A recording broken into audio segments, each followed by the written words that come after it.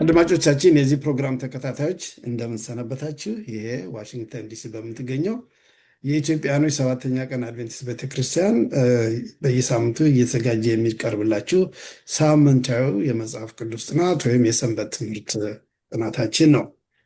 እንደምታስታውሱት ባለፈው ሩብ ዓመት ፊልጵስዩስና የቆሎሳይስን መጽሐፍት ስናጠና ነበር። አሁን በዚህ ሩብ ዓመት ደግሞ ሌላ ጥናት ይዘንላችሁ ቀርበናል። በዚህ ሩብ ዓመት የምናጠናው የሰንበት ትምህርት ርዕስ የሚለው ከእግዚአብሔር ጋር ያለን ግንኙነት ማሳደግ የሚል ነው። የእንግሊዝኛው ግሮዊንግ ኢን ሪሌሽንሺፕ ዊዝ ጋድ የሚል ነው እና እንግዲህ ለሚቀጥሉት 13 ሳምንታት ወይም 3 ወራት ይሄንን ግንኙነት አስመልክቶ የተለያዩ ርዕሶችን እያነሳን የምናጠናበት ይሆናል። ይህ ወደ ጥናታችን ከመሄዳችን በፊት ከኔ ጋር አብረን ፕሮግራም የሚያቀርብላችሁን ላስታውቅና ጸሎት አድርገን ወደ ጥናታችን እንሄዳለን ማለት ነው። ከኔ ጋር ዛሬ ጥናቱን ይዘውላቸው የቀረቡት ወንድሜ ዶክተር ተስፋዬ ታደሰና ወንድሜ እግዚአ ኩሉ ታምራት ናቸው። እንግዲህ በጥናት በንግግራችን መካከል እግዚ ምል ከሆነ እግዚአ ኩሉ ማለቴን እንድታስታውሱልኝ እፈልጋለሁ። እና እነዚህ ወንድሞች ዞትር እየቀረቡ በተለያየ መልኩ ሲያገለግሉን የነበሩ ወንድሞች ናቸው። ስለዚህ እነሱን ብዙ ማስታወቅ አስፈላጊ አይሆንም እና እንግዲህ ይህን ደግሞ ከእነሱ ጋር አብሬ የማቀርብላችሁን የወረታው ብርሃኑ ነኝ። ወደ ጥናታችን ከመሄዳችን በፊት ዘወትር እንደምናደርገው እግዚአብሔር መንፈስ ቅዱስን በመካከላችን ተገኝቶ እንዲያስተምረን፣ እንዲነጋገረንና እንዲመራን በጸሎት እንጋብዘው። የመጋውን ጸሎት የሚያደርግልን ወንድማችን እግዚአ ኩሉ ታምራት ነው። እንጸልይ። ጌታ አባት፣ ጌታ አምላክ እናመሰግንሃለን። እንደገና ደግሞ ይህን እድል ስለሰጠህን ቃልህን ከፍተን ስለአንተ ማንነት እንድናውቅ አንተ ከኛ የምትፈልገውን ነገር ስለምትነግረን እጅግ አድርገን እናመሰግንሃለን።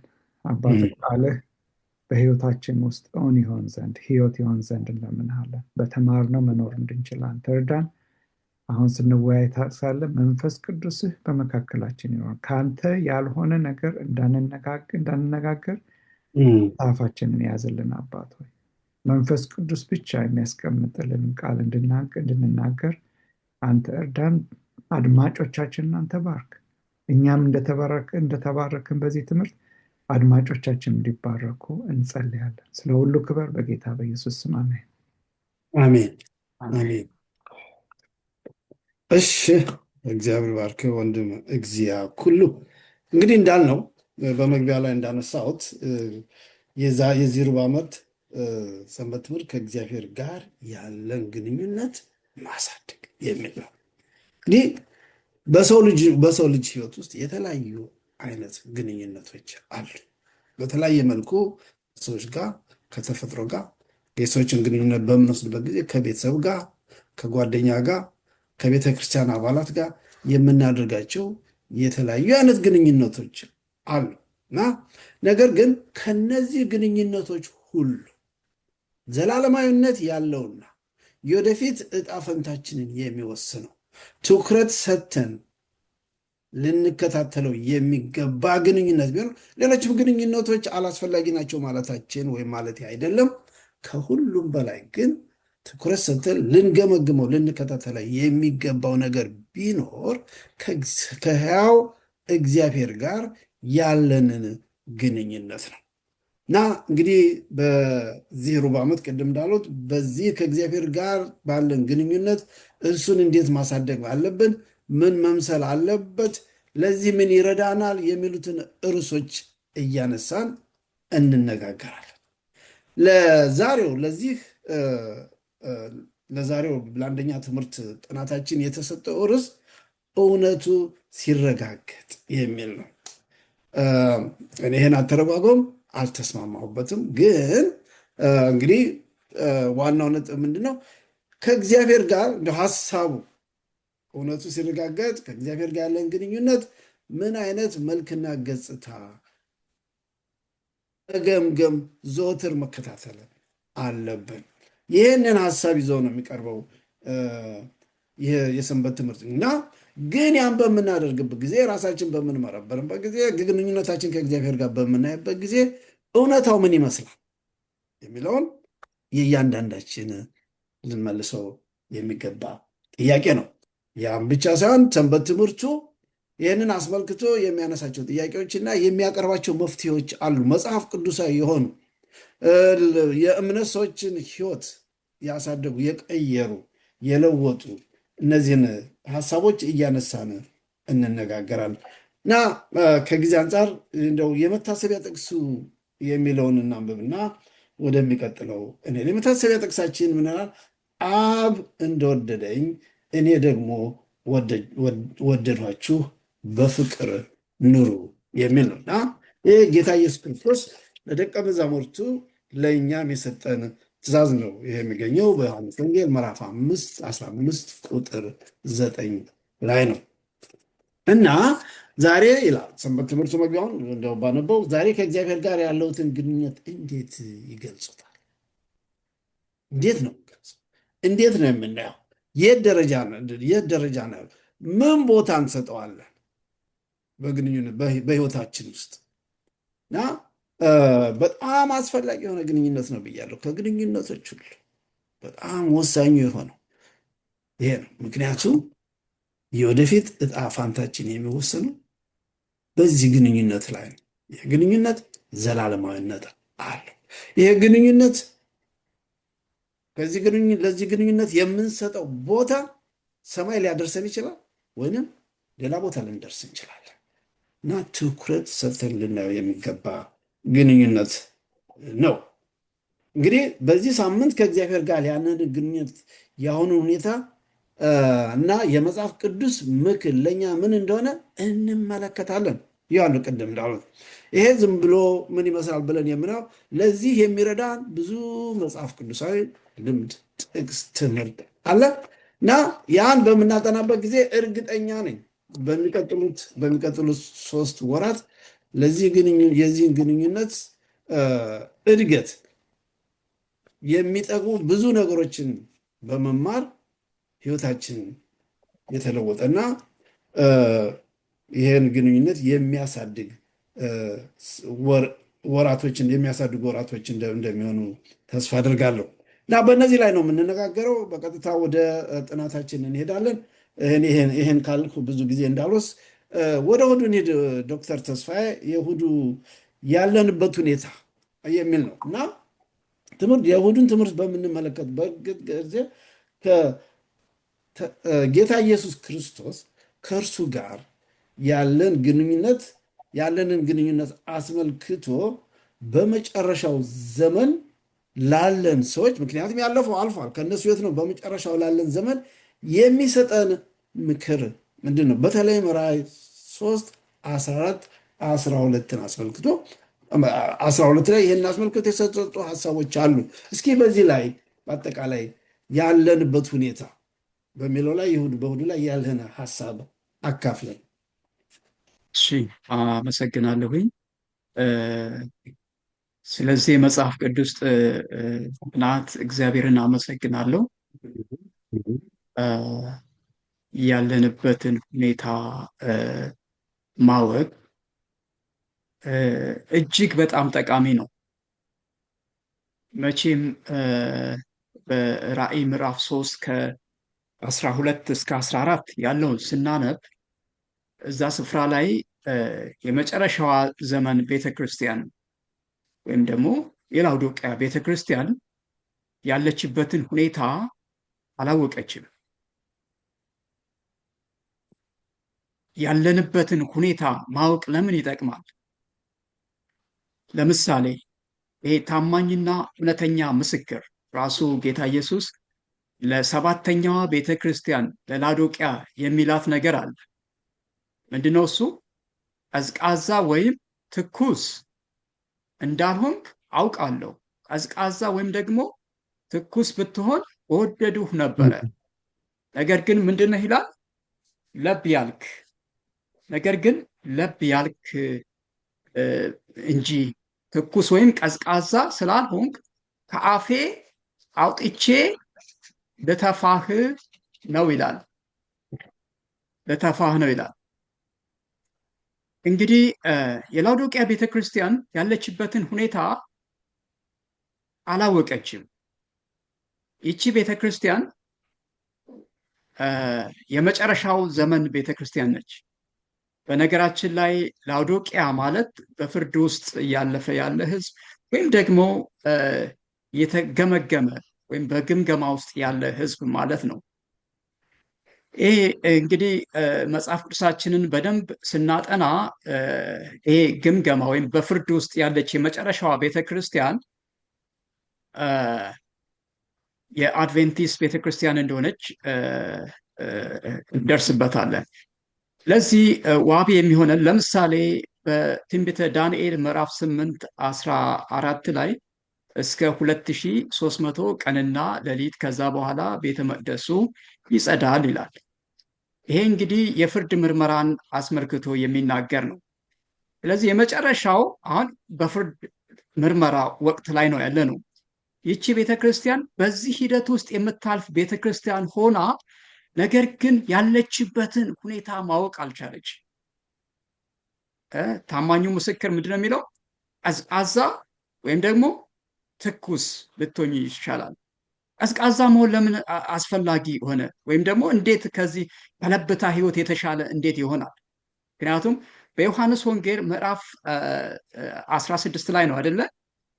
መንፈስ ቅዱስ በመጣ ጊዜ ዓለምን ስለ ኃጢአት፣ ስለ ጽድቅና ስለምን ስለ ፍርድ ይወቅሳል ይላል። ይሄን የሚያደርገው ግን በክርስቶስ ኢየሱስ ላላመኑ ሰዎች ነው።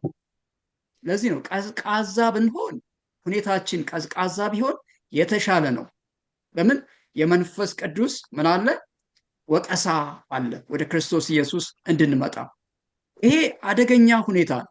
የላውዶቅያ ሁኔታ ምንድነው? እሱ ወይ ትኩስ አይደለችም ወይ ቀዝቃዛ አይደለችም። ያም ሆኖ ደግሞ ያለችበትን ሁኔታ አታውቅም።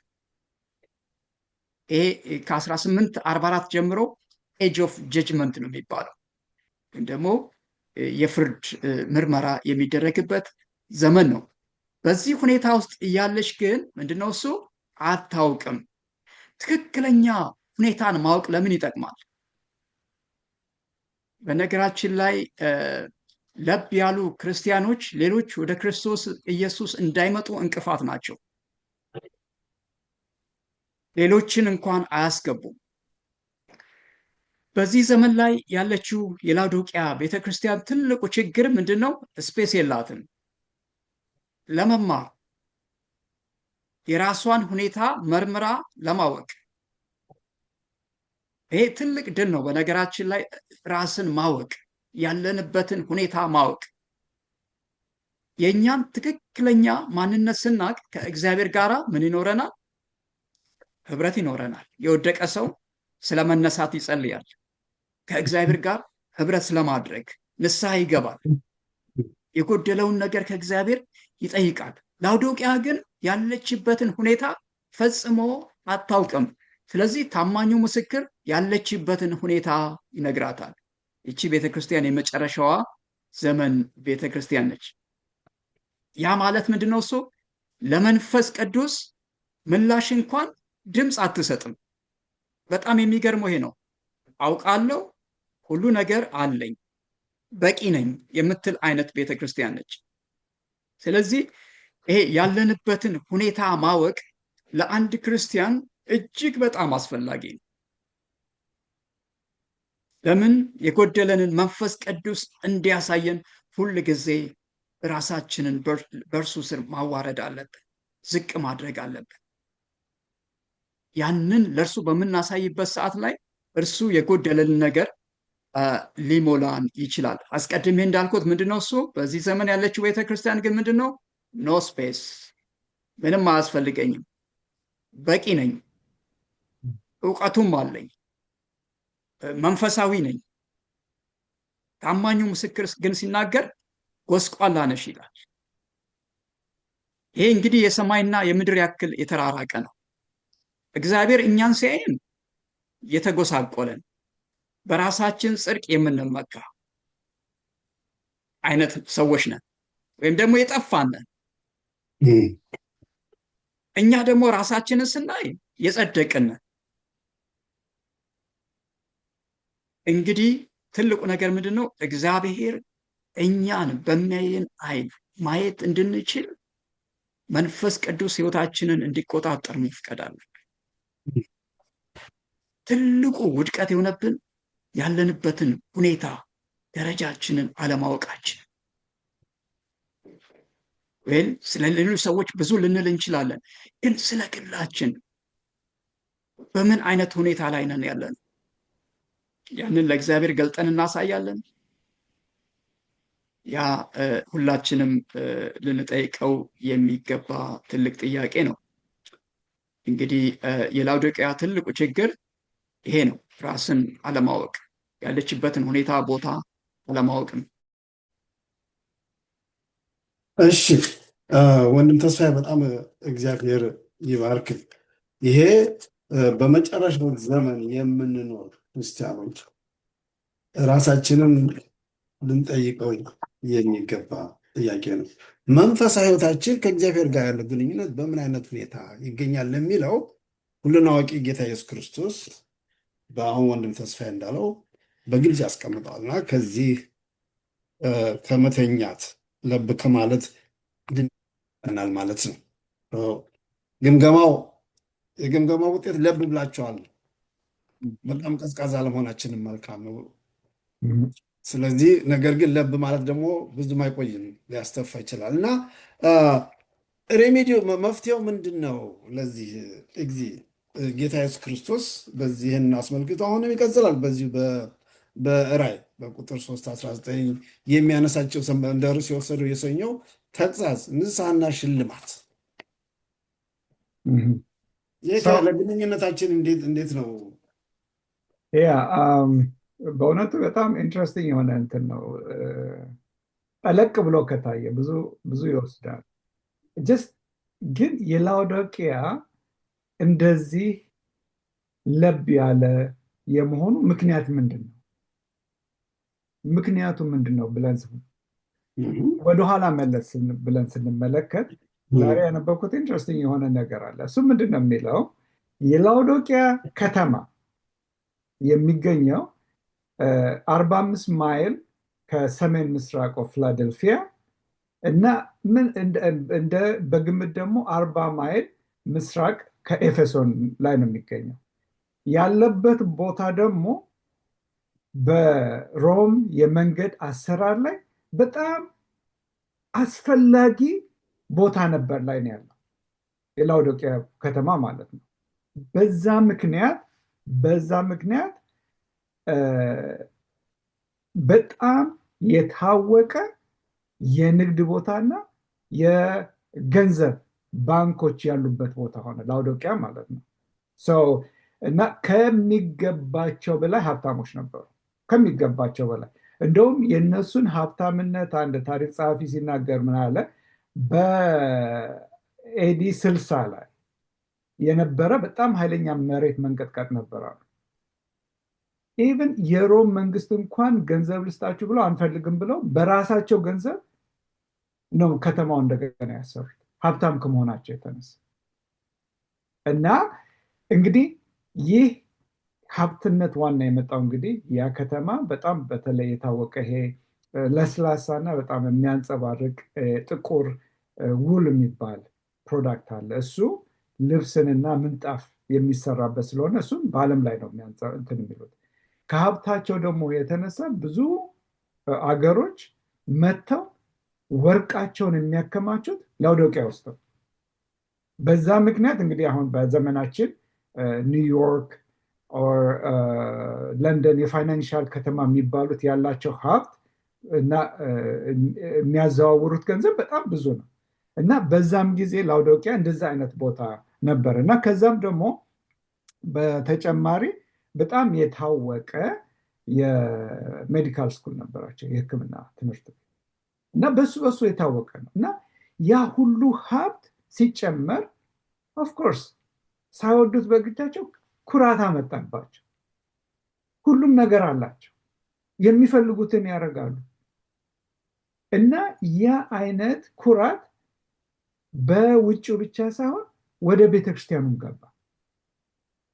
ቤተክርስቲያን ውስጥም ይሄ አይነት ኩራት ነበራቸው። በዚያም ምክንያት ወይ ከነጭራሹ እምነታቸውን ትተው አልወጡም፣ ወይም እምነታቸውን አጥብቀው እግዚአብሔር እንደሚፈልግባቸው አልሄዱም። ግን ይመላለሳሉ እና ይሄ ነገር ሳየው በቃ በደንብ አሁን ያለንበትን ሁኔታ ያመላክታል በጣም። ምክንያቱም በተለይም ደግሞ በምዕራብ ሀገር የምንኖር ሰዎች ራሳችንን እግዚአብሔር እድል ሰጥቶን ወጥተን ሰርተን የምንፈልገውን ነገር ገዝተን ራሳችንን ማኖር የቻለን ሰዎች ይህም ችግር አለብን በአሁን ጊዜ። አሁን ተስፍሽ ቅድም እንዳለው እና ትልቅ የማስጠንቀቂያ መልእክት። ለዚህ ነው መጽሐፍ ቅዱስ ሲነግረን ምን ይላል? በዛም ምክንያት አለ ምን ሀብታም ነኝ፣ ባለጠጋ ነኝ፣ አንዳችም አያስፈልገኝም ትላለህ። ነገር ግን ጠለቅ ብለህ ልባችሁን ብትመለከቱ ጎስቋላ፣ ምስኪን፣ ድሃ፣ እውርና የተራቆት መሆንህን አታውቅም ይላል እና ታምሽም እንዳለው መጀመሪያ የት ነው ችግራችንን ማወቅ ነው። ለምሳሌ ትዝ ይልህ እንደሆነ መጀመሪያ አዳም ኃጢአት ካረገ በኋላ ምንድን ነው ያደረገው? ራቁትነቱን መሆን ሲያውቅ ተሸሸገ።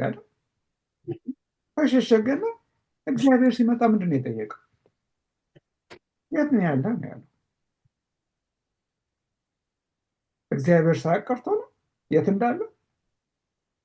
እግዚአብሔር ያውቅ ነበር። ነገር ግን አዳም የት እንዳለ ማወቅ ነበረበት መጀመሪያ።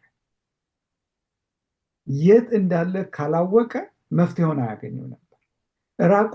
ራቁትነቱን ባያውቅ ኖሮ የእግዚአብሔርን ጸጋ አይሻም ነበር፣ የእግዚአብሔርን ምሕረት አይሻም ነበር። ስለዚህ ነው ቅድም ተስፍሽ እንዳለው የት ነው ያለውን ማለት ልባችን የት ነው ያለውን ማለት ማወቅ በጣም አስፈላጊ ነው። ግን በጣም ደስ የሚለው ነገር እንደዛ አድርጎ አልተሆነም። ሰዎች እንደዛ በቃ እናንተ ራቁቶች ናቸው፣ ደምደናዎች፣ ምስኪኖች፣ ድሃዎች፣ እውርና የተራቆታቸው ናቸው፣ ስለዚህ በቃኝ ብሎ አልተውም። ነገር ግን ምን ይላል? ስለዚህ ሀብታም እንድትሆን በእሳት የነጠረ ወርቅ እንድትለብስ፣ የራቁትነትን ሀፍረት እንዳታይ፣ ነጭ ልብስ እንድትለብስ፣ ለማየት እንድትችል ዓይንህን በኩል እንድትኳል እመክርሃለሁ ብሎ እግዚአብሔር መንገዱን ይሰጠናል ማለት ነው። መንገዱን ይሰጠናል። ግን ከዛ በኋላ ቁጥር 14 ላይ እኔ ይላል የምወዳቸውን እገስጻለሁ እቀጣማለሁ። ስለዚህ ትጋ ንስሐም ግባ ብሎ ይናገራል። ለምንድነው እግዚአብሔር የሚቀጣ? ለምንድነው እግዚአብሔር? አንዳንድ ጊዜ መጥፎ የልጅነት ልምምድ ያላቸው በተለይም በወላጆቻቸው መጥፎ ልምምድ ያላቸው ሰዎች ይሄ ነገር አይገባቸውም።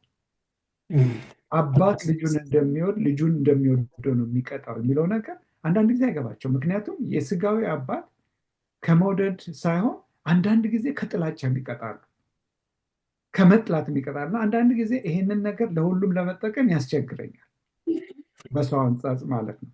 ግን በእግዚአብሔር አንጻር ስታየው ለምንድን ነው የሚቀጣን? ለምንድን ነው የምወዳቸው? እንዴት ነው በመቅጣት ሰው የምትወደው? አሁን ተስፍሽ ልጆችህን ለምንድን ነው የምትቀጣው? ስለምጠላቸው? አይናቸውን ለማየት ስለማትፈልግ? ያ ነው ሞቲቭ አይደለም። ለነሱ የተሻለውን ነገር ስለምንፈልግ፣ የተሻለውን ነገር ተስተካክለው አድገው ህይወታቸው የተስተካከለ እንዲሆን እናስተካክላቸዋለን። እንደውም ዕብራውያን ላይ ጥሩ ምሳሌ ጥሩ ጥቅስ ይሰጣል። ዕብራውያን ምዕራፍ 12 ቁጥር 5 ጀምሮ ይላል እንደ ልጆችም ከእናንተ ጋር ልጅ ሆይ የጌታን ቅጣት አታቃልል፣ በሚገስጽህም ጊዜ አትድከም፣ ጌታ የሚወደውን ይቀጣዋልና የሚቀበለውንም ልጅ ሁሉ ይገርፈዋል ብሎ የሚነጋገረው ምስክር ረስታችኋል። ለመቅጣት ታገሱ፣ እግዚአብሔር እንደ ልጆች ያደርግላችኋልና። አባቱ የማይቀጣው ልጅ ማን ነው? ነገር ግን ሁሉ የቅጣት ተካፋይ ሆኗልና ያ ቅጣት ብትኖሩ ዲቃላዎች እንጂ ልጆች አይደላችሁም። ከዚህም በላይ የቀጡትን የስጋችን አባቶች ነበሩ፣ አናፍራቸውም ነበር። እንዴትስ ይልቅ ለመናፍስት አባት አብልጠን ልንገዛ በሕይወት ልንኖር በተገባ ነበር። ምንድነው ጳውሎስ እየነገረን ያለው? እግዚአብሔር ባይቀጣ ኖሮ ዲቃሎች ነበር። ለዲቃሎች ጉዳይ አይሰጠንም። ልጆቹ ስለሆነ ክርስቶስ በመስቀል የሞተልን ልጆች ስለሆነ እንድንሞት ስለማይፈልግ በሕይወታችን ላይ አንዳንድ ነገሮችን ይፈቅዳል እንድንመለስና ይሄም ነው የሚለው።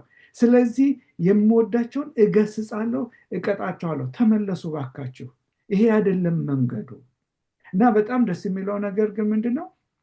ቁጥር ያለ እነሆ በደጅ ቆሜ አንኳኳለሁ። ይሄ ነገር እኮ አንኳኳህ አይደለም፣ አንኳኩቼ ነበር አይደለም፣ ያለፈ ታሪክ እኮ አይደለም። አንኳኳለሁ ማለት አሁንም እያንኳኳ ነው። ደግሞ ከዛም በላይ ደግሞ ደስ የሚለው ነገር ምንድነው? ከቤተ ክርስቲያን አልፎ ወደ ግላዊነት ያመጣዋል። ለዚህም ነው ማንም ድምፄን ቢሰማ ኢንዲቪጁዋል እያንዳንዳችን እኔ፣ አንተ፣ አንቺ፣ ሁላችንም ሰሚያችን የእግዚአብሔርን ድምፅ ብንሰማ እግዚአብሔር ወደ ልባችን ሊመጣ ፈቃደኛ ነው። ስለዚህ አሁንም እንደውም አንዳንድ ሰዓሊዎች ሲስሉ የእሱን ነገር ሁሉም የታወቀ ስዕል አለ አይደለም? ክርስቶስ ቆሞ ሲያንኳኳ አንዳንድ ስዕል ላይ ኖትስ አድርጋችሁት እንደሆነ የሚያንኳኳው በር መያዣ የለውም ከውጭ። ያ ማለት ምንድን ነው? ከውስጥ ያለው ሰው ካልከፈተለት በስተቀር ከውጭ ከፍቶ መግባት አይችልም። እግዚአብሔርም እንደዛ ነው። እግዚአብሔር ራሱን በእኛ ላይ አያስገድድም። በተቻለው መጠን ኮንቪንስ ሊያደርገን፣ ሊማርከን፣ ሊያስተካክለን ከውጭ እኔ ይሄ ነው መንገዱ ሊለን ይሞክራል። እምቢየው አንፈልግም አንተን እምቢ ምንል ከሆነ እሱ በር ሰብሮ አይገባም። ግን ምርጫ በሕይወታችን በየጊዜ ይሰጠናል። እና ይሄ ትምህርት እንግዲህ ዛሬ የሚሰጠን ምንድን ነው የሚለው? ተመለሱ፣ ንስሐ ግቡ። የ180 ዲግሪ ለውጥ ወደዚህ የምንሄድ ከሆነ ወደ ቀኝ እንመለስ። ያ ምን ማለት ነው? ድሮ አንቀን የያዝነው ይሄ ይጠቅመኛል የምንለው ያለማዊ ነገር ትተነው የአሁን ጥቅም አይኖረውም ማለት ነው ስንመለስ። አንዳንድ ጊዜ በጣም ወደን የያዝነው ነገር በዚህ በኩል ካለ ክርስቶስ በሕይወታችን ሲመጣ ያንን ለቀን የማይወደደውን ለቀን የሚወደደውን መያዝ እንጀምራለን ማለት ነው። በሕይወታችን በጣም አስፈላጊ ነው ልለቀው አልችልም የምለው ነገር የያዝነው ነገር ክርስቶስ በልባችን ሲወጣ ያ ነገር እንደ ጉም የሚጠፋ ነገር ይሆናል። ለዚህ ነው ዓይናችሁን አንድ መዝሙር አለ፣ ወደ ክርስቶስ ዓይናችንን ባተኮርን ቁጥር የዓለም ነገር እንደ እንግዳ ነገር ይበታተናል፣ ይጠፋል። ስለዚህ ነው በበር ላይ ቆሜ አንኳኳለሁ፣ ከኛ ጋር ሪሌሽንሽፕ ማድረግ ይፈልጋል። አንድ ጥቅስ ላንብብ ወሬ ከመጨረሴ በፊት። መኃልየ ላይ በጣም ደስ የሚል አነጋገር አለ። ስለዚህ ነገር የሚቀር 5 ቁጥር 2 እስከ 6 ምን ይላል? እኔ ተኝቻለሁ፣ ልቤ ግን ነቅቷል፣ የውዴ ቃል ነው እርሱም ደጁን ይመታል። እህቴ፣ ወዳጄ፣ እርግቤ፣ መደምደሚያ ሆይ በራስ ጠል በቆንዳላይም የሌሊትን ነጠብጣብ ሞልቷልና ክፈችልኝ። ቀሚሴን አወለቅሁ፣ እንዴት አለብሰዋለሁ፣ እግሬን ታጠቅሁ፣ እንዴት አሳድፈዋለሁ። ውዴ ከእጁ በተቀደደ ሰረዝ አንጀቴ ስለ እርሱ ታወከ። ለውዴ ከፍትለት ዘንድ ተነሳሁ፣ እጆቼ በደጅ መወርወሪያ ላይ ከርቤ አፈሰሱ፣ ጣቶቼም ፈሳሹን ከርቤ አንጠበጠቡ። ለውዴ ከፈትኩለት፣ ውዴ ግን ፈቀቅ ብሎ አልፎ ነበር። ነፍሴ ከቃሉ የተነሳ ደነገጠች፣ ፈለኩትም አላገኘሁትም። አንኳኩቶ ምሕረቱን ሊሰጠን ይጠብቃል። አንዴ ግን እምቢ ካልነው አያስገድደንም፣ ጥሎን ይሄዳል። ግን በጣም የሚያሳዝነው ነገር መሰላቸው። ስለዚህ ነገር የሚያሳዝነኝ ይሄ ትምህርት ስለ አሕዛቦች ክርስቶስን ስላልተቀበሉ እኮ አይደለም። ይሄ ትምህርት እኮ ክርስቶስን አወቅን አመንን ስለምንለው ሰዎች እኮ በቤተ ክርስቲያን ውስጥ በየቀኑ በየሳምንቱ ቤተክርስቲያን ስለምንመጣ ስለምንጸልይ ሰዎች እኮ የሚያስፈራው ነገር እሱ ነው። ይሄን ነግ ሳነብ በእውነት ለብ ያልኩ ነኝ ብዬ የምጠይቅ ያደረገኝ ስለ እኔም ነው የሚያወራው ወይ ቀዝቃዛ ሆነ ቤተክርስቲያኑ ከነጭራሹ አልልክም ወይም ሞቅ ብለህ የዓለምን ነገር ትተህ ሙሉ ለሙሉ ለእኔ አልሰጠኸኝም። ግን አንድ እግርህ ውጭ ነው፣ አንድ እግርህ ውስጥ ነው። አእምሮህን ብቻ ጊልቲ እንዳይዘው ወቀሳ እንዳይኖርህ ትመጣለህ። ግን በሳምንቱ ውስጥ ሌላ ታሪክ ነህ። እስከ መቼ ድረስ? ግን እግዚአብሔር ምን ይለዋል? አሁንም አንኳኳለሁ፣ ወደ እኔ ተመለሱ፣ አንድነት ጊዜ ይኖራል፣ ላስተምራችሁ፣ ላስተካክላችሁ፣ ከሱ ጋር መሆን ደስታ ልስጣችሁ። ዓለም የማይሰጠው ገንዘብ የማይሰጠው ንብረት የማይሰጠው ስራ የማይሰጠው ደስታ እኔ ልስጣችሁ፣ ወደ በር ክፈቱልኝ ያለ የሚጋብዘን ክርስቶስ አምላክ እንዳለ ነው የሚያሳየን ይሄ ክፍል ማለት ነው። አመሰግናለሁ። ያ በጣም ወሳኝ የሆነ ክፍል ነው እና ጥሪ የሚያደርገው ይሄን ግንኙነት ትኩረት ልንሰጠው የሚገባ ግንኙነት ነው። ቅድም አሁን እንዳንተ እንዳለው ጊዜ ይሄ ግንኙነት እግዚአብሔር ለእኛ ያለውን ፍቅር የሚያሳይ ነው። ደንታ ባይኖረው ኑሮ ባይወደን ኑሮ አንደኛ ነው። ሁለተኛው ይሄ የተጻፈው ግንኙነት ላላቸው ነው። ግንኙነት ለሌላቸውማ ምን ማድረግ ይችላል? ኮምፕሊት ሪጀክትድ። ግንኙነት አለን። በመጨረሻው ዘመን ነው የምንገኘው። ቅድም ወድም ተስፋ እንዳለው ለዛ ግንኙነት ግን የሚገባውን ትኩረት አንሰጠውም። ያ ካልሆነ ደግሞ ያ ግንኙነት የሚያደርግ ይሄዳል፣ እየሞተ ይሄዳል። መጨረሻ እንረሳሳለን። ያ እንዳይሆን ነው አሁን የዚህ ትምህርት ዓላማ። ዲያግኖሱ ምርመራ የሚያሳየው መልካም አይደለም፣ ያ መስተካከል አለበት የሚል ነው። እንግዲህ ያን ለማስተካከል ነው እንግዲህ ይሄ ጥሪ፣ ይሄ አሁን የምናነሳው ነገሮች። እሺ ወደ ማክሰኞ እንሂድ። ከጊዜ አንጻር ወንድም ተስፋዬ ሀሳብ ካለ ጨምረህ በዛ ላይ መናገር ትችላለህ። አሁን ወንድም እግዚአ ሁሉ ሲናገረው በነበረው ላይ አሁን ወደ ማክሰኞ ዘላለማዊ ፍቅር ኢየሱስ ለእኛ ያለው ፍቅር ምን አይነት ነው? የማክሰኞ ትምህርት በዚህ ላይ የሚነግረን ምንድን ነው? ስለዚህ ዘላለማዊ ፍቅር የእግዚአብሔር ፍቅር ለእኛ ለመረዳት መስቀሉን ማየት ብቻ በቂ ነው አይደለም? ምን ይመስልሃል? እስኪ ሀሳብን እንትን በለን። ወንድሜ ኩልሽ ባለው ላይ የተወሰነ ለመጨመር ያክል እግዚአብሔር ሰዎችን ሲፈጥር አንዱ ህብረትን ለማድረግ ነው።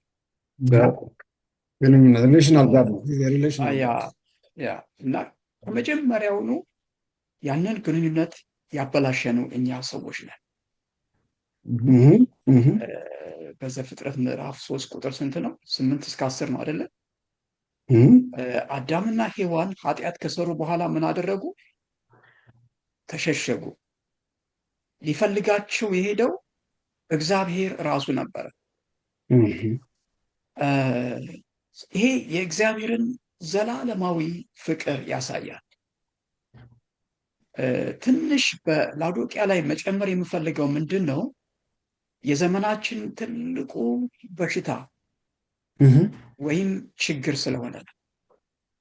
ቅድም እንዳልኩት ምን የለም፣ ምንም አይነት ስፔስ የለም ለመማር። ምክንያቱም ሁሉም አለን፣ በሁሉም ነገር በቂ ነን፣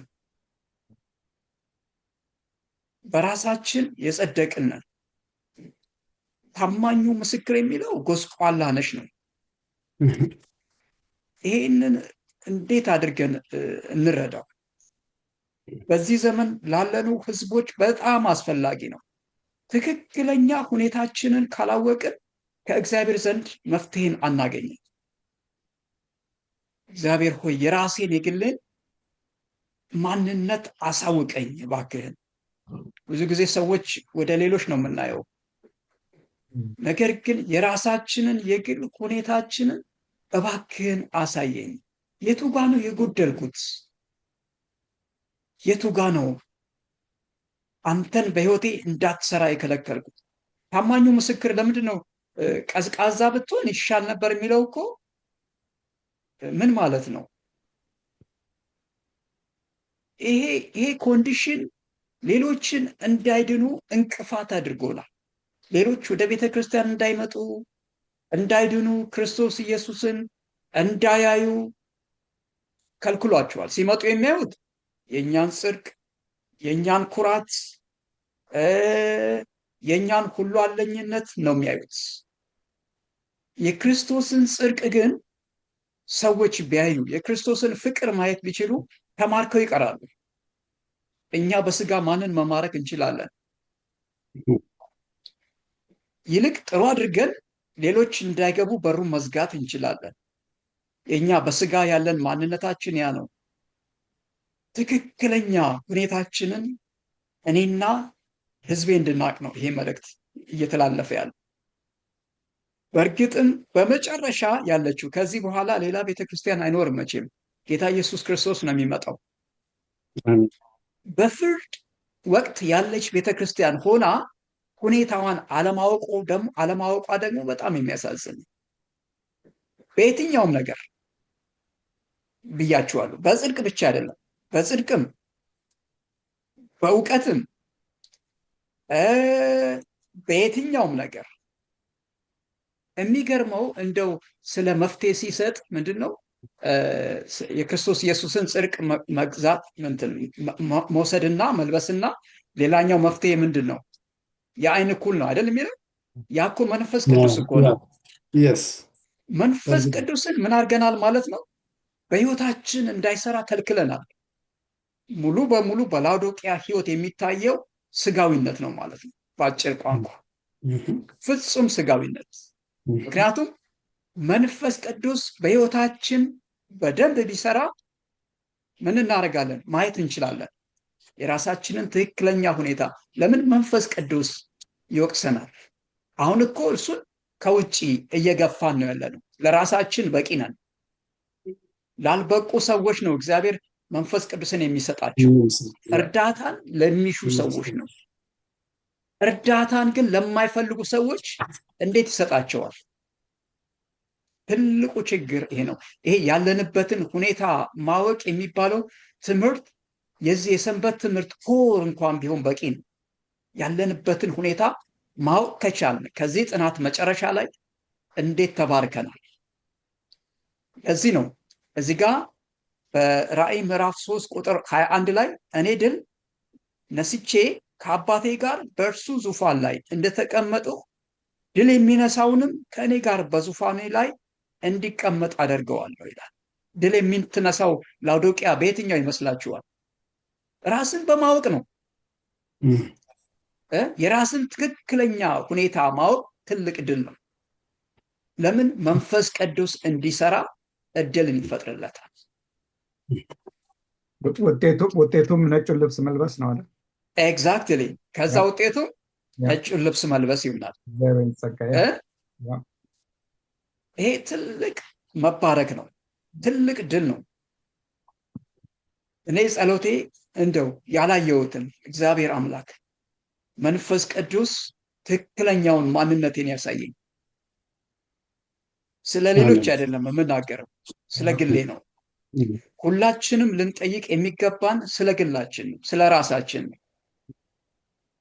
ማንነታችንን እንድናውቅ እና እንግዲህ እዚህ ጋር እግዚአብሔር ፍቅሩ ዘላለማዊ ነው። ለዚህ ነው እየለመነን ያለው ወዴት እንድንመለስ? ወደዚህ ፍቅር እንድንመለስ፣ ትክክለኛ ሁኔታችንን እንድናቅ፣ ድል እንድናደርግ። ከራሱ ጋር እኮ ማነጻጸር ነው ይላል ይሄ መጽሐፍ ቅዱስ ጥናታችን።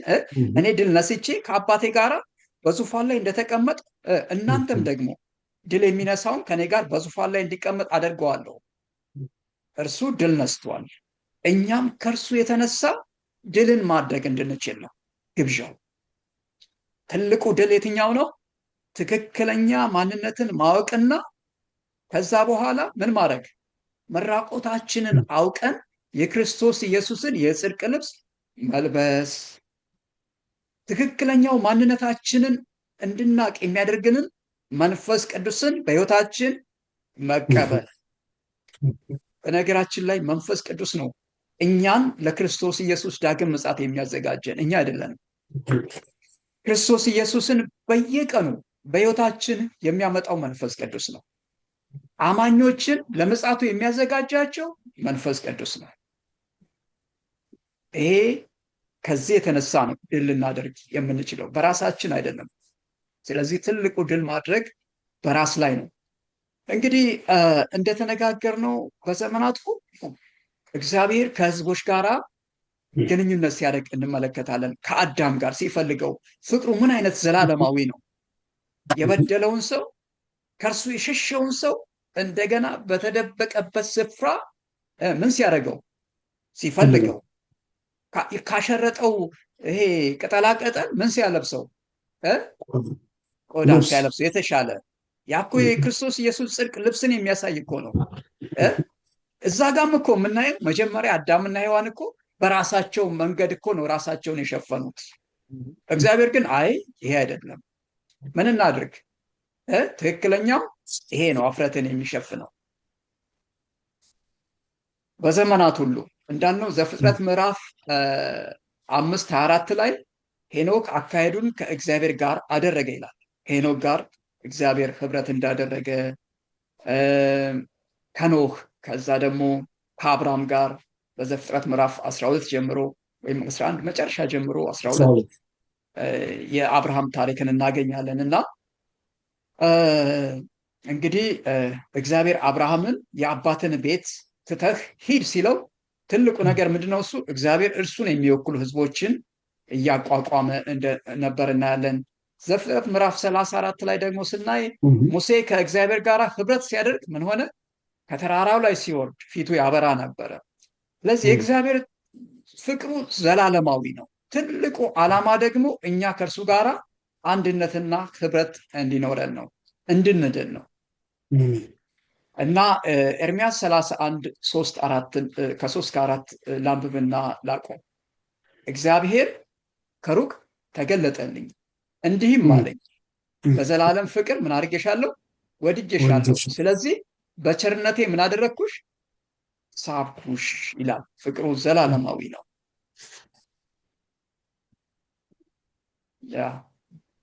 አሜን። ፍቅሩ ዘላለማዊ ነው። ጌታ ኢየሱስ ክርስቶስ ፍቅር የአምላካችን ፍቅር ዘላለማዊ ነው። እሺ በዚህ ላይ የምጨምረዋለሁ።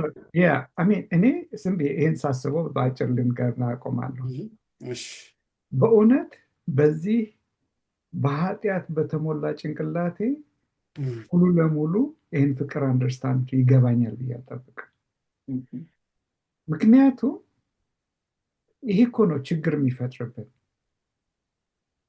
በየቀኑ አንድ ነገር ስናደርግ ወየው እግዚአብሔር እንዲህ ሊያደርገኝ ነው፣ አንድ ነገር ስንወርቅ ይኸው እንደገና ደግሞ ወደኩኝ። እግዚአብሔር ምንድን ነው የሚለው? ሲገባን ይገባናል። እኛ ኦልሬዲ ክርስቶስ ባረገው ነገር ድነናል። ያ ፍቅሩ ነው። እንዳለን ኃጢአታችን እንዳለ ሆኖ ወስዶ አጸዳን፣ በደሙ አጠበ፣ አዳነን።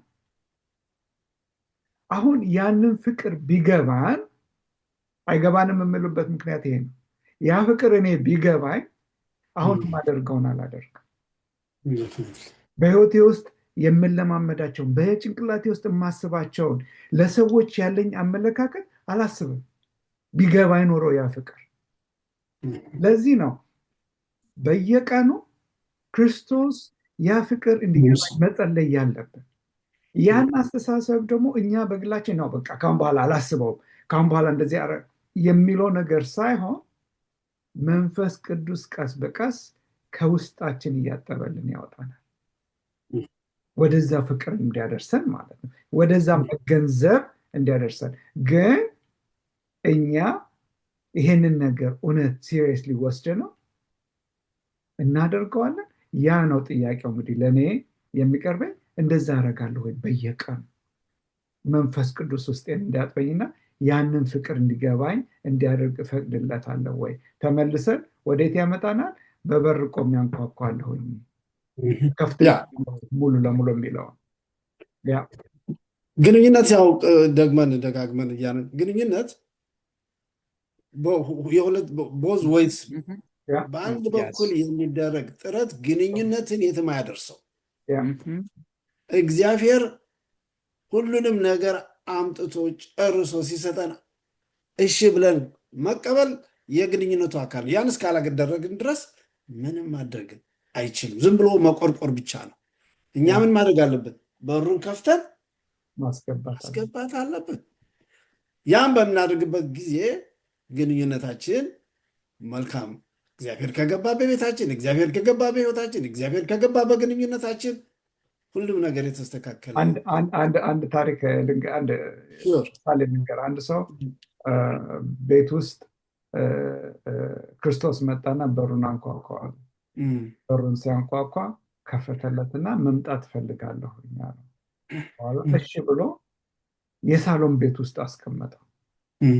ኪችኑ፣ መኝታ ቤቱ፣ ባትሩም ምናምን አልገባበትም።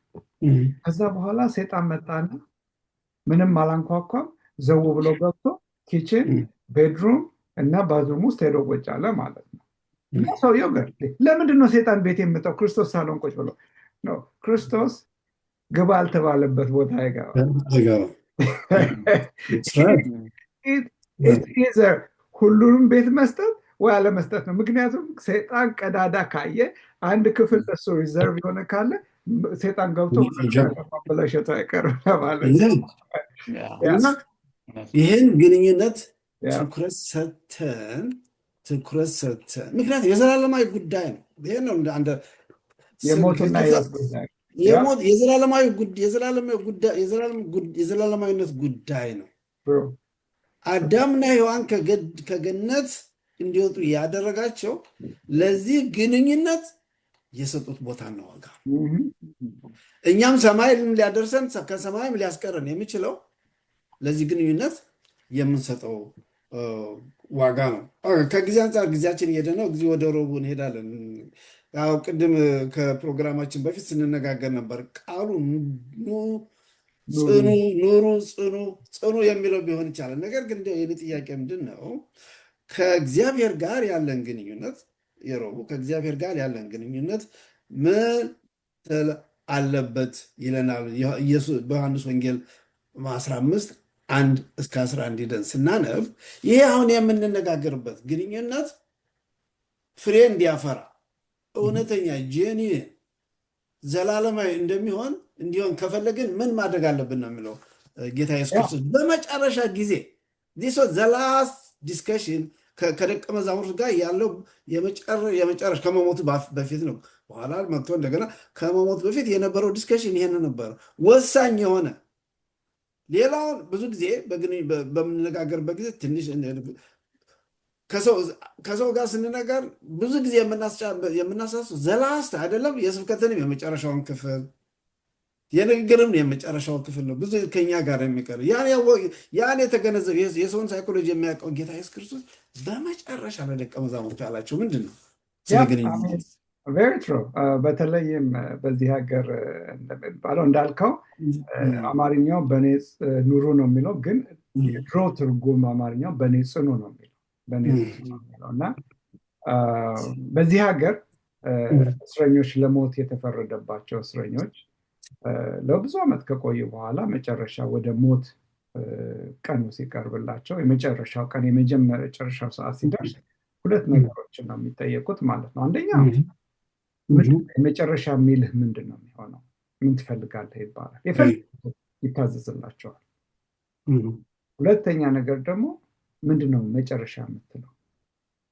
እንግዲህ ይህ ጥያቄ የሚቀርበው ህይወቱ ከመወሰዱ በፊት ነው እና ምን ያህል ክብደት እንደሚኖረው ኢማጂን ማድረግ እንችላለን። ይሄ ሰው ከአሁን በኋላ አይናገርም፣ ከመያዘኝ በፊት የመጨረሻ ነገር የሚታስበው ኢምፖርታንት ብሎ አስፈላጊ ነው ብሎ የሚያሳልፈው ነገር የመጨረሻ ላይ የሚሰጠው ነው አንተ እንዳልከው። እና ይህንንም ምዕራፍ 15 ዮሐንስን ስንመለከት እንግዲህ ክርስቶስ ትንሽ ሰዓት ነው የቀሩት ወደ መስቀሉ እየሄደ ከምዕራፍ 13 ጀምሮ እንግዲህ ስናየው የመጨረሻውን ራት አብሮ ከደቀ መዛሙርቱ ጋር ይበላል። ይሁዳ ያስወጣዋል። ይታወቃል ማን እንደሆነ የመጨረሻ ሰዓት ላይ ማለት ነው። ኦፍኮርስ የጴጥሮስ ችኩልነት አለ። እኔ አልክድህም ምናምን ሲለው ነው ትክደኛለህ ዶሮ ከመጮህ በፊት ይላል። ወደ 14 ስንመጣ በጣም የሚያምረው ቃል ኪዳን በሱ ለሚያምኑት የክርስቶስ እንዴት ቤት እንዳዘጋጀላቸው ይነግራቸዋል። ያለውን ተስፋ በቁጥር 15 ላይ መንፈስ ቅዱስን እልክላችኋለሁ ብቻችሁን አልተዋችሁም። እንግዲህ የመጨረሻው መሰጅ ነው።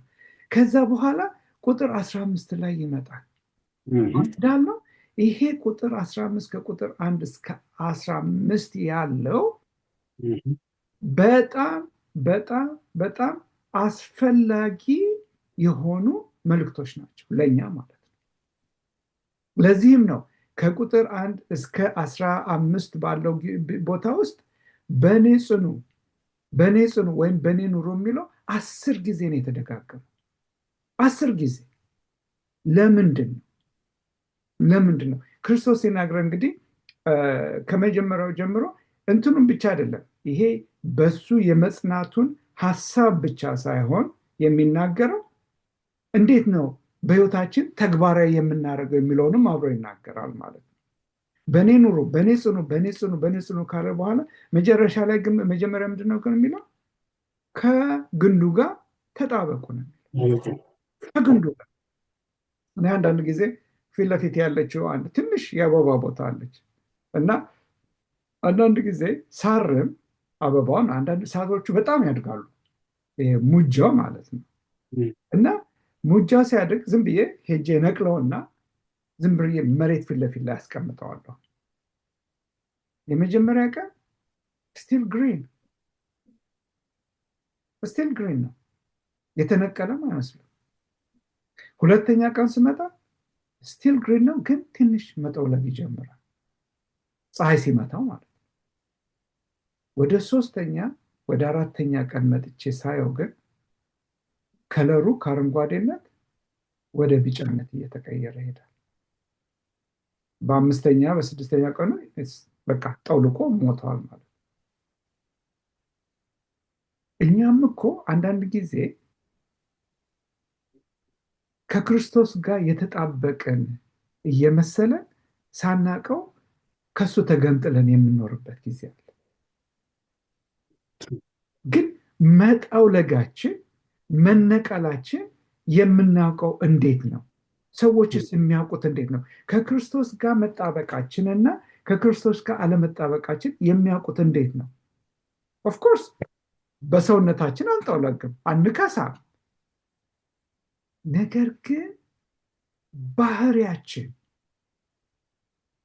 ያለን ለኑሮ ያለን ምላሾች ከማጋ እንዳለን እያሳየ ይመጣል።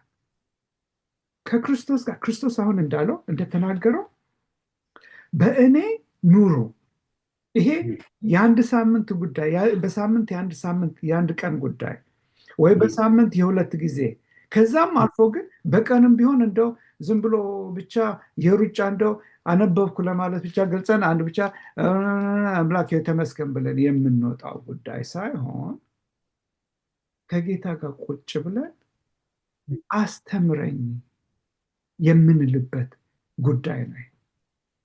እንደዛ ካላለን ቤተክርስቲያን ልንመላለስ እንችላለን፣ አገልግሎት ልንሰጥ እንችላለን። ነገር ግን አንዳንድ ነገሮች ይሄ ፐርሰናል የሆነ ግለሰብ የሆነ ሰርክል ውስጥ ገብቶ ነካ ሲያደርገን ያለን ሪያክሽን ከግንዱ ጋር ለመጣበቃችን ያሳያል። ለቤተክርስቲያናችንም ትልቅ ችግር የሆነው እሱ ነው። አንዳንድ ጊዜ ልንነካበት የማንፈልገው ቦታ እኛ ከልለን የያዝነውን ቦታ አንድ ሰው ሲነካን የምናሳየው ሪያክሽን ከክርስቶስ ጋር ተጣብቀን ከግንዱ ጋር መጣበቃችንና አለመጣበቃችንን ያሳያል። ግልጽ ነው። ይሄ የሚያሳየን ምንድን ነው? በየቀኑ ሳናቋርጥ። ለዚህ ነው ሁልጊዜ አሁን ቤተክርስቲያናችን ውስጥ ብዙ ጸሎት እናደርጋለን።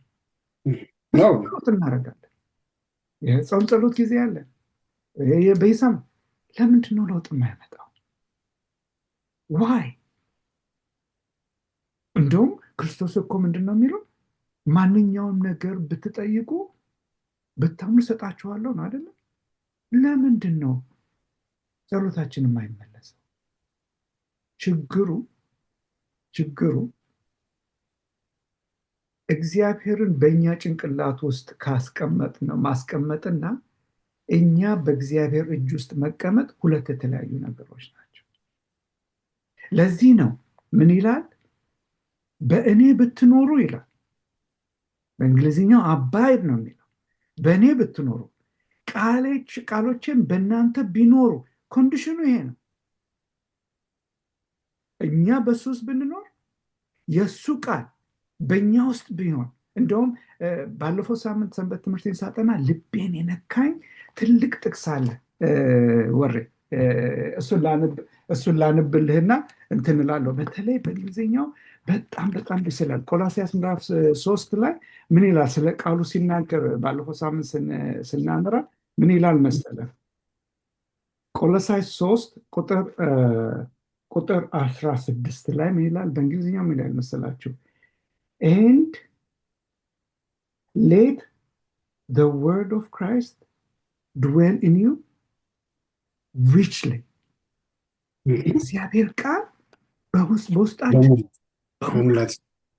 በሙላት ማለት ምን ማለት ነው? በየቀኑ የምናስበው የምናሰላስለው በእኛ ውስጥ መኖር አለበት። ለዚህ ነው በእኔ ብትኖሩ ይላል፣ ቃሎችን በእናንተ ቢኖር ደን አመለካከታችን ይለወጣል። የጸሎት አጸላየታችን ይቀይራል። እኔ ተስፋዬን እንዴት እንደማ አመለካከት ይቀየራል። የዛን ጊዜ ምን ይላል? የምትፈልጉትን ማንኛውም ነገር ለምኑ እሰጣችኋለሁ። ለምንድን ነው የሚሰጠን? ምክንያቱም አመለካከታችን እንደዚህ ስለሚሆን። ለዚህ ነው ይሄ ነገር ይሄ በእኔ ኑሩ የሚለው የዮሐንስ ምዕራፍ 15 ቁጥር 1 እስከ 15 ለማንኛውም ነገር መሰረታችን የሚሆነው ለዚህ ነው። ለምንም ነገር በሱ ውስጥ ካልኖርን የምናደርገው ነገር ጥያቄ ውስጥ ይገባል። ስለዚህ ቁጥር 15 ላይ ምን ብሎ ይናገራል መሰላችሁ? ምዕራፍ 15 ቁጥር 9 ላይ ምን ይላል? አብ እንደወደደኝ ሁሉ እኔም ወደድኳችሁ፣ በፍቅሬ ኑሩ። መታሰቢያ ቁጥር አባይድ ኢን ማይ ላቭ። መሰረቱ ይሄ ነው። ለእምነታችን ከእግዚአብሔር ጋር ለመራመዳችን ከእግዚአብሔር ጋር ላለን ግንኙነት መሰረቱ ይሄ ነው። እኛ በሱ ውስጥ ብንኖር ቃሎቹ በአእምሯችን ውስጥ ቢኖሩ ቢፈሱ እንደ ማር ቢያጥለቀልቀን ቃሎቹ የምንናገራቸው እንኳን ቃል የሰው ሳይሆን የመንፈስ ቅዱስ ቃል ይሆናል። ሰውን የምንጎዳ ሳይሆን ሰውን የምንጠግን ሰዎች እንሆናለን። ለሰው ልብ ስብራት ሳይሆን የሰዎች ጠጋኞች፣ የልብ ጠጋኞች፣ ሰላም ሰጪዎች እንሆናለን። ችግሩ ምንድን ነው?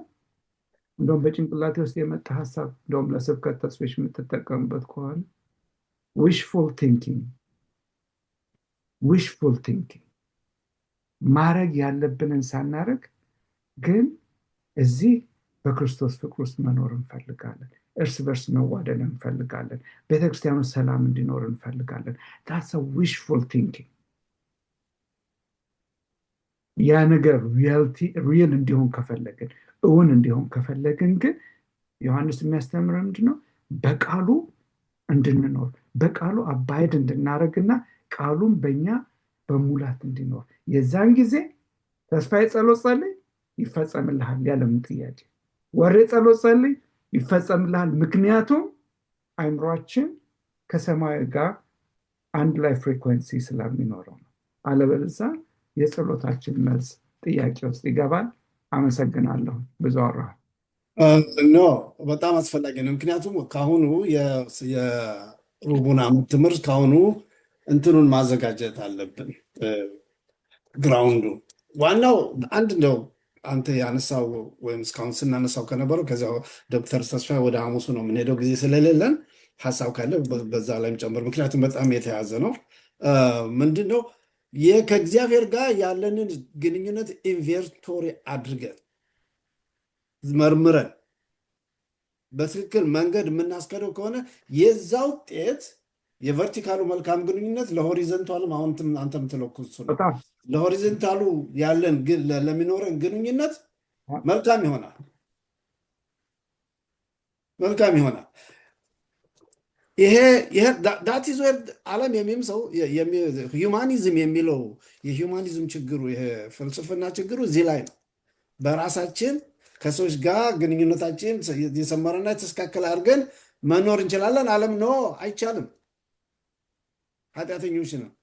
ይሄ ቨርቲካል የሆነን ግንኙነት በምናስተካክልበት ጊዜ ብቻ ነው የሆሪዘንታል ከሰዎች ጋር ያለን ግንኙነት እንዲስተካከል የሚችል። ስለዚህ ነው ሰንበት ትምህርቱ ፕራዮሪቲ እንስጠው። ለሱ ምን ደረጃ ላይ ነው እንገምግመው። መልካም ነው መልካም አይደለም ብለን እስኪ በሚል የሚጀምር ነው። ኦኬ ወደ ሐሙሱ እንሂድ። እንግዲህ የሮቡ የሚለው ኑሩ ነው፣ ነገር ግን ወይም አባይድ ነው። የሐሙሱ እንዴት ብለው እንደተረጎሙት እንግዲህ ሊንክድ ቱ ዘ ቫይን ነው የሚለው አይደለም። ሊንክድ ቱ ዘ ቫይን ይላል በእንግሊዝኛው። በአማርኛው ተርጉም ብለህ ምን ብለህ ነው የምተረጉመው? አማርኛው ከእንትኑ የግንዱ ውስጥ ፈሳሽ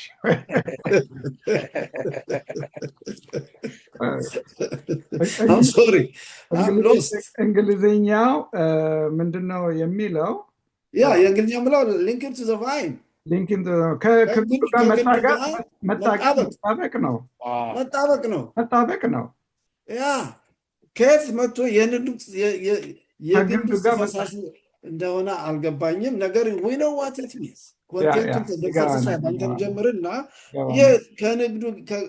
ከግንዱ ጋር መጣበቅ አሁን ለምንለው ግንኙነታችን የሚኖረው ጠቀሜታ ምንድን ነው? ግንዱስ ማን ነው? ግንድ ብሎ በዚህ ላይ እንደ ሜታፎር የተጠቀመበት የሆኑ ግንድ ማን ነው? ቀጽል። ከዛ ጊዜ ሀሳብን ታካፍለና በዛ እናጠናቅቃለን። እኔ ነኝ።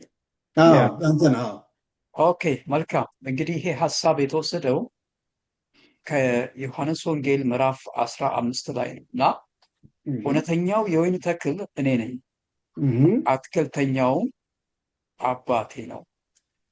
እርሱም በእኔ ያለው የማያፈራውን ቅርንጫፍ ሁሉ ቆርጦ ምን ያደርገዋል? ይጥለዋል። ፍሬ የሚያፈራውን ቅርንጫፍ ሁሉ ግን የበለጠ እንዲያፈራ ይገርዘዋል። ከነገርኳችሁ ቃል የተነሳ እናንተ አሁን ንጹሐን ናችሁ።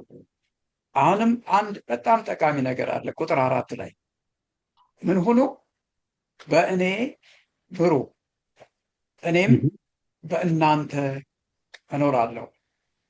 እንግዲህ ይሄ በክርስቶስ መኖር እዚህ ጋር ይሄ የሰንበት ትምህርቱ የግንዱ ውስጥ ፈሳሽ። በነገራችን ላይ አንድ ነገር ስለ ግንድ ወይም ስለ ዛፍ የምናውቀው ምንድነው? እሱ ዛፍን ማድረቅ ከተፈለገ እንደሚደረገው አይታችሁ ከሆነ ወይም አጋጥሟችሁ አድርጋችሁም ሊሆን ይችላል። ዛፉን ዙሪያው ምን ይደረጋል? ይከረከራል። ዲስኮኔክት ነው የሚደረገው። ያ ምንድነው? እሱ ዛፉ ከስር ውሃና ሚኒራልስ ይዞ ወደ ላይ ይሄዳል። ስለዚህ ምንድነው ከላይ ቅጠሉ ላይ ነው አይደለም ምግብ የሚያዘጋጁት ዛፎች ግሪን ፕላንትስ። ስለዚህ ምንድነው የሚደረገው? ግንዱን ይከረክሩታል ሰዎች፣ ዲስኮኔክት ይደረጋል። በዛ ውስጥም ምን አለ? እዚህ የሰንበት ትምህርቱ እንደሚለው ላይክ እንደ ፈሳሽ የሚለው ምናልባት ውሃውን ወይም ደግሞ ሳፑም ሊሆን ይችላል በግንድ ውስጥ የሚያልፈው። ስለዚህ ሚኒራል ውሃ ከሌለ ቅርንጫፉ ምንድን ነው የሚሆነው? ይደርቃል። ሰስቴን የሚያደርገው ቅርንጫፉን ከግንዱ የሚወስደው ነገር ነው። ወደ ክርስትና ህይወት ስንመጣ ለምንድን ነው በደረቀ ህይወት የምንመላለሰው? ቅድም ባለንበት ሁኔታ ከክርስቶስ ኢየሱስ እኮ ቶታሊ ተለይተናል። አለን እያል ጠፍተናል። ለምን? ትክክለኛ የሆነ ኮኔክሽን የለንም። እግዚአብሔር ፍቅሩ ዘላለማዊ ነው። የመጀመሪያውን እርምጃ እግዚአብሔር ሄዷል። ልጁን በመስቀል ላይ ምን አድርጎናል? ሰጥቶናል። ትልቁን መስዋዕትነት እግዚአብሔር ከፍሏል። እኛ ግን በዛ ፍቅር ልንኖር ይገባናል። በዛ ፍቅር ልንኖር ይገባናል። ስለዚህ እንግዲህ መጀመሪያም እንዳልነው ፍቅር ሁለት ወይ ነው። እግዚአብሔር ፍቅሩን ገልጿል። እኛ ለዛ ፍቅር የምንሰጠው ምላሽ መዳረሻችንን ይወስናል። ስለዚህ ይሄ ሳብ ፈሳሹ የሚያልፈው ምን አድርገን እንውሰደው? ከእርሱ ጋር የጠበቀ ግንኙነት እንዲኖረን የሚያስፈልገው ነገር አንድነታችንን የሚያጸናው ምንድን ነው? እሱ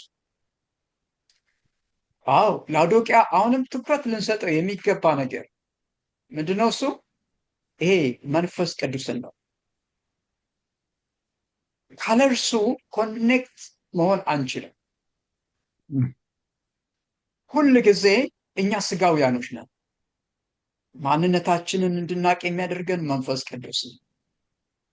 በክርስቲያን ህይወት ልዩነትን የሚያመጣ መንፈስ ቅዱስ ነው። በነገራችን ለዚህ ነው ለቤዛ ቀን የታተማችሁበትን ቅዱሱን የእግዚአብሔርን መንፈስ አታሳዝኑ። ለደህንነት የሚያዘጋጀን መንፈስ ቅዱስ ስለሆነ ነው። በመጨረሻ ዘመንም የእግዚአብሔር ህዝቦች በመከራ ውስጥ እንዲያልፉ የሚያስችላቸው እንኳን መንፈስ ቅዱስ ነው። ለምን ኢግኖር እንደተደረገ አላውቅም። ችላ የተባለ ነገር ቢኖር አዎ እንሰብካለን፣ ስለ መንፈስ ቅዱስ እንጸልይ ይባላል። በዛ ሁኔታ አይደለም። በጣም ራሳችንን አዋርደን በእንባና ራሳችንን ዝቅ አድርገን ለ5 እና ለ10 ደቂቃ የምንጸልየው ጸሎት በህይወታችን ልዩነትን አያመጣም። ምናልባት ስልካችንን ዘግተን የውስጣችንን ውሳኔ የሚጠይቅ ነው። ቤታችንን ዘግተን በተለየ ሁኔታ ራሳችንን አዋርደን የእግዚአብሔር መንፈስ ቅዱስ እንዲሰራ ካልፈቀንለው በስተቀረ ይሄ ከእርሱ የሚመጣውን ነገር ማግኘት አንችልም። ዲስኮኔክትድ እንሆናለን። አንድ ነገር ልበል፣ ብዙ ስጦታዎች ይጎሉናል። ለምን ይመስላችኋል? በዚህ ዘመን ሰዎች ማስተማርም ስጦታ ነው፣ መቼም መስበክም ስጦታ ነው፣ የተለያየ ነገር ማድረግም ስጦታ ነው። ስጦታውን ይፈልጋሉ፣ ግን ስጦታውን አይቀበሉም። ለምንድን ነው? ያንን ስጦታ ይዞ ወደ ሰዎች ህይወት የሚመጣው መንፈስ ቅዱስ ነው። መንፈስ ቅዱስ ባዶ እጁን አይደለም ወደ ሰው ህይወት የሚመጣው። እንግዲህ ጎስቋሎች የሆን ነው ከዚህ የተነሳ ነው። ለምን ተጎሳቆል? ለምን ማየት አልቻልንም? ለምን ስጋውያን ሆን? ለምን በራሳችን ጽድቅ የምንመካ ሆን? ምክንያቱም አልፈቀድንም።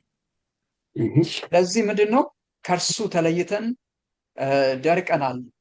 እንግዲህ በዚህን ሰዓት ማለት የምችለው ይሄን ያክል ነው። በጣም ጥሩ፣ በጣም ወሳኝ የሆነ ነው። ጊዜ በዚህ ላይ ለሚቀጥለው ሳምንት አድርጓል። የሚመጣው ሰንበት ትምህርታችን ላይ ታካፍላል፣ ታስተምር፣ ሞር ትሄድበታለህ። መልካም። እሺ ጊዜ ምንድን ነው በዚህ በሐሙሱ ላይ የትምህርቱ መግቢያ እንትን ጥሩ አድርጎ ሳምራይዝ አድርጎታል። ምን ይላል? በክርስቶስ መኖር አንዳንድ ጊዜ ከባድ መስሎ ይታየናል፣ ሊታየን ይችላል ይላል። የሚያስፈልገን ነገር እንደሆነ ልናውቅ እንችላለን ይላል። እኛ አሁን ቤተክርስቲያን ስንመጣ ክርስቶስ ያስፈልገናል እንደሚያስፈልገን እኮ ምንም ጥርጣሬ የለም፣ ሁላችንም እናውቀዋለን። ችግሩ ግን ይላል ነገር ግን ይላል የህይወት ጥድፊያ ወደ ጅረቱ ይጎትተና ሁሉም ነገር በጣም ከባድ ሆኖ ይሰማናል። ስለዚህ በተፈጥሯችን አሁን አንድ መኪና ይዘህ እንደዚህ መሪውን አዙረህ ስትለቀው ተመልሶ ወደ በፊቱ ቦታ ነው ለመመለስ የሚሞክረው። እኛም ተፈጥሯችን እንደዛ ነው። ተፈጥሯችን ወደ እግዚአብሔር የማይሳን ወደ ኃጢአት ነው። ስለዚህ ለዚህ ነው ሆን ያለ ውሳኔ መወሰን የሚገባል። ኢትስ ኖት ዝም ብለን ብቻ ጌታ ይወበክህ እንደዚህ እንዳርግ ጸልይልን ብለን ብንተወው የራሳችን ውሳኔ ከሌለበት እኔ ካሁን በኋላ በእግዚአብሔር እርዳታ በመንፈስ አላረግም ብለን ካልተውነው የራሳችን ውሳኔ ከሌለበት እግዚአብሔር አያስገድደንም። እግዚአብሔር ይረዳን መንፈስ ቅዱስ ልኳል። ምዕራፍ 14 ዮሐንስ ላይ መንፈስ ቅዱስ ልክላችኋለሁ ብሎ ለእንትኖች የላከው ስለዚህ ነው።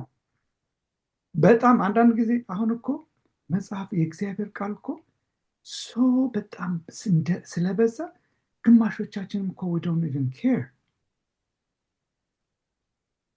አሁን እንትና ተስፍሽ እንዳለው 1-2 ደቂቃ 3 ደቂቃ ቁጭ ብለን አንብበን ያ በቂ አይደለም። የምናነበው እኛ አንብበን እንድንወጣ ሳይሆን ከእግዚአብሔር መንፈስ ቅዱስ እንዲያስተምረን ነው ለኛ አይደል? ያንን ጊዜ ለመንፈስ ቅዱስ ካልሰጠ ነው ዝም ብለህ ብቻ ይሄው አንብቤ ያለው መውጣቴ ነው ብለን ካለን መንፈስ ቅዱስ እንዴት ብሎ ይናገራል? ምክንያቱም አእምሯችን መንፈስ ቅዱስ እንዳይሰማው ድምፁን ይከለክልብናል በምንሞላው ነገሮች ማለት ነው።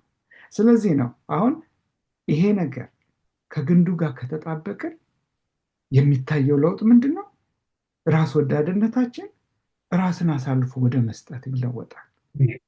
ያለን ትዕቢታችን ወደ ትህትና ይለወጣል። ያለን ይሄ ቂም ወደ ይቅርታነት ይለወጣል። ያ ግን ኦቨርናይት አይመጣም። በአንድ ቀን የሚሆን ነገር አለ፣ ስራ አለው። ያ ስራ ግን እንዲሰራ የምንፈቅድለት እኛ ኮንሲስተንትሊ ከእግዚአብሔር ጋር ከሱ ጋር በመጣበቅ ጊዜ ስናላፍ ክርስቶስን ማወቅ እንደመረጥን መጠን ጊዜ እንደወሰድን መጠን መንፈስ ቅዱስ ደግሞ በህይወታችን ቃስ እያለ መስራት ይጀምራል። ሳናቀው አት ዋን ፖይንት ምን ይሆናል? እንዴ ይህን ነገር ወደዋል ነበር እንዴ አሁን አልወደውም የሚል ነገር ራሳችንን እንኳን ሰርፕራይዝ ያደርገናል። በህይወቴ እንደዛ ገጥሞኛል። አልለቅም ያልኩት ነገር ኦል ኦፍ ሰደን I don't care። የመንፈስ ቅዱስም ስራ እንደዛ ነው። ቃስ በቃስ ይሰራል። ግን የኛ ኃላፊነት የኛ ሚና ምንድነው? ጊዜ ወስደን ከክርስቶስ ጋር ከቃሉ ጋር በጸሎት ጊዜ እናሳልፍ። ውጤቱን መንፈስ ቅዱስ ያሳየን። እኛ ማድረግ ያለብን ነገር ራሳችንን ለመንፈስ ቅዱስ አሳልፈን በየቀኑ መስጠት ነው። ጊዜ ስላለፈ በዚሁ ልጨርስ። በጣም ሰንበት ትምህርት የሐሙስ ብዙ ነገር ማለት ይቻላል የሚያነሳቸዋል። እንደው ከጊዜ አንጻር እንግዲህ ልንላቸው የምንችለው የዚህ ፕሮግራም ተከታታይ ሰንበት ትምህርቱን አጥኑት ነው እኛ ለማለት የፈለግን። ነገር ግን እንዲያው እንደማጠቃለያ ላለው የምፈልገው ነገር አለ። ያ ምንድን ነው? እንደገና ይሄ ዘላለማዊ ዘላለምና የወደፊት ዕጣ ፈንታችንን የሚወስን ስለሆነ ቸል ልንለው አይገባም። የእንግሊዝኛው መግቢያ የሚለውን ላንብበው በእውነቱ ከሆነ አስመልክቱ፣ ከዛ አጠር አድርጌ ለማቅረብ ሞክራለሁ። እንግዲህ ከጊዜ አንጻር በደንብ ላልተረጎመው ይችላለሁ። your relationship with God is your most important relationship ብለናል መግቢያ ላይ። ከዚህ ግንኙነት የበለጠ ትኩረት ልንሰጠው ጊዜ ልንሰጠው የሚገባ ሪሌሽንሽፕ ግንኙነት የለም። ዶንት ዲሌይ ኢት ዶንት ዲሌይ ኢን ቢልዲንግ ኢት ኢን ፎርቲፋይንግ ኢት ኢን ሜኪንግ ኤ ስትሮንግ አት ኢት ካን ቢ። አደራችን ይህንን ነው። ይህን ግንኙነት ቸል አትበሉት። ዛሬ የበለጠ እንዲጠነክር የበለጠ እንዲያድግ እያደገ እንዲሄድ እንዳይቀጭጭ ጥረት ለማድረግ ከዛሬ ጀምሮ ጥረት ማድረግ አለብን። እንግዲህ የዚህ ፕሮግራም ተከታታዮች ይሄ በዚህ ግንኙነት ላይ ምን ማድረግ አለብን የሚለው ነው እንግዲህ ወደፊትም እያነሳን የምንነጋገረው። እንግዲህ እንደ መግቢያ ያየነው ይሄ ግንኙነት ላይ ትኩረት አድርገን እንስራ በሚለው ነው። የበለጠ ደግሞ ወደ ትምህርቱ በጥልቀት እየሄድን በምንልበት ጊዜ ተጨማሪ ሀሳቦችን እናገኛለን። አሁን ግን አስምረንበት ማለፍ የምንፈልገው ነገር የግንኙነቱን ወሳኝነት ነው። ይሄን ከተረዳን የሚገባውን ቦታና ስፍራ በሕይወታችን እንሰጠዋለን። ያን እንድናደርግ እግዚአብሔር ይርዳ። እንግዲህ ጥናታችንን እያጠናቀቅን ነው። ከእኛ ጋር ጊዜያችሁን ስላሳልፋችሁ እግዚአብሔር ባርካችሁ። ጥናታችን ዘወትር እንደምናደርገው በጸሎት እንዘጋለን። የመዝጊያውን ጸሎት የሚያደርግልን ወንድማችን ዶክተር ተስፋዬ ታደሰ ነው። እናመሰግናለን። እግዚአብሔር ዘላለማዊ አምላካችን ሆይ በዘላለማዊ ፍቅር ስለወደድከን ጌታ ሆይ እጅግ ተመስገን። በዚህን ሰዓት ደግሞ ቃልን እንድናጠና እንድንመረምር እድልን ስለሰጠህን ተመስገን። አድማጮቻችን፣ ተመልካቾቻችን እኛም ለመኖር የምንችልበትን ሰማያዊ ጸጋህን እባክህን አብዛለን። ሁላችንንም ባርከን። ስለነበረን ጊዜ ተመስገን። ሁሉ ለስምህ ክብር ይሁን። በኢየሱስ ስም አሜን። አሜን።